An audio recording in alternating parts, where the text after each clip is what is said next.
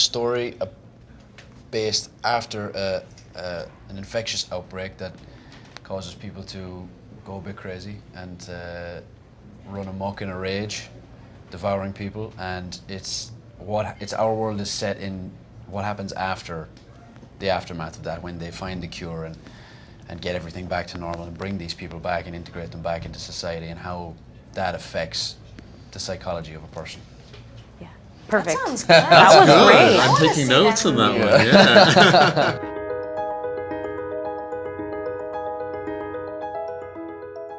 The effect in terms of what Sam's character's dealing with, still having the memories of what's been done, the guilt, the horror, and the amount of trauma in that time, and then sort of the ripple effect of that is I play his sister-in-law, and I invite him to live with me and my small son, with some apprehension, of course, and he faces a lot of, hatred, discrimination, as do I, for letting him live with me.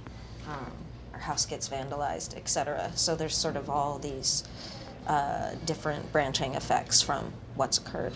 We were like, this will never be relevant in 5 years' time, and suddenly it's more relevant than ever. I think the week Ellen came over for rehearsal was the same week Donald Trump was elected, and it was just oddly, horribly prescient. So yeah, I mean, we couldn't have anticipated that, but I think I wrote this kind of based on the anger that was happening then, and what's happening now is a symptom of that. So I think in hindsight it makes sense. Mm-hmm.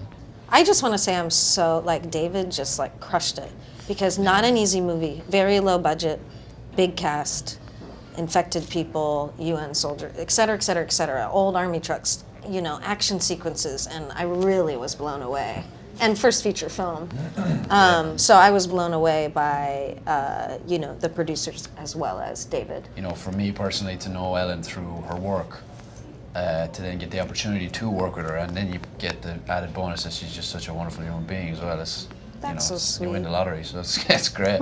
And then, in those scenes as well, it's, you need an actor that's going to be there with you all the way, that's going to commit just as much as you commit, and you kind of need someone to pass the ball back, and it's such a joy to throw something at somebody in a scene and have them just catch it and not be fazed by it and give it back to you in tenfold. So that was magic. Yeah, we have some characters are being shunned, some are being accepted back, but I think it's about how we let fear dictate our lives and dictate our politics, and I hope that that if there's something to learn from it, that's not the way forward.